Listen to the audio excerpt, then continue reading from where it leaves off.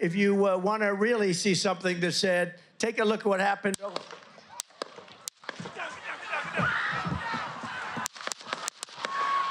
Within minutes of beginning his speech to a rally crowd in Butler, Pennsylvania Saturday, former President Donald Trump reacts to loud pops of gunfire by ducking down. More than a dozen shots were heard during the chaos.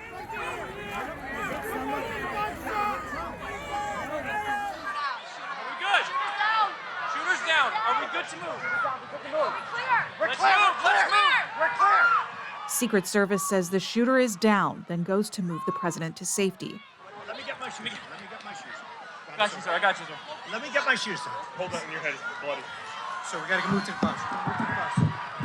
Let me get my shoes. Okay, my shoes down. My shoes. Watch out. As he gets up, Trump raises his fist in the air as blood runs down his face. The rally crowd cheers as he is escorted to his armored car.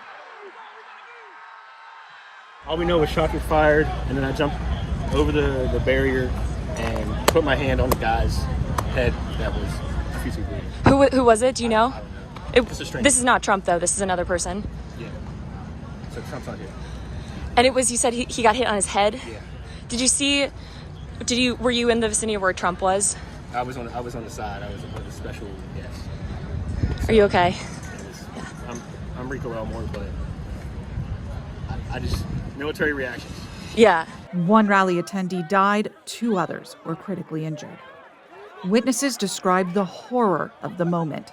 Some report seeing the shooter before he pulled the trigger. He's going down!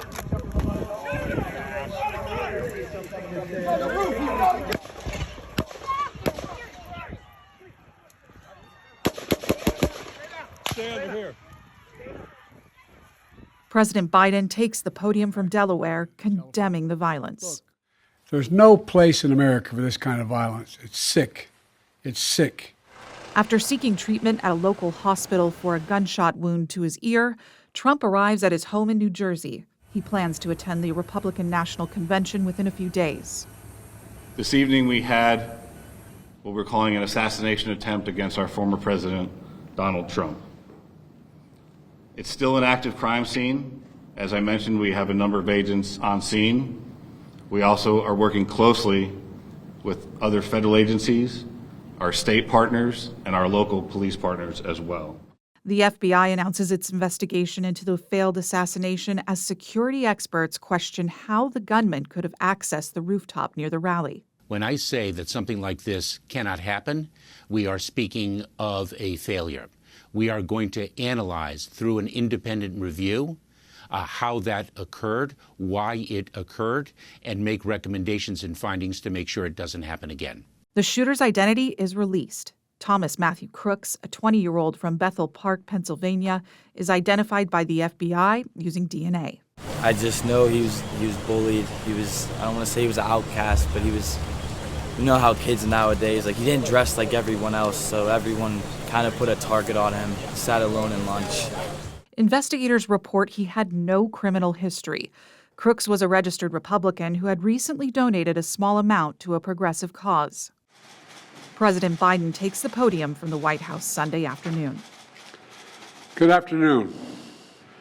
As I said last night, there is no place in America for this kind of violence or any violence for that matter. Biden addresses his plans to review all security measures.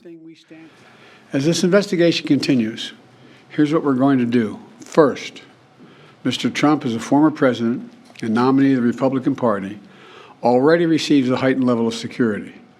And I've been consistent in my direction to the Secret Service to provide him with every resource, capability, and protective measure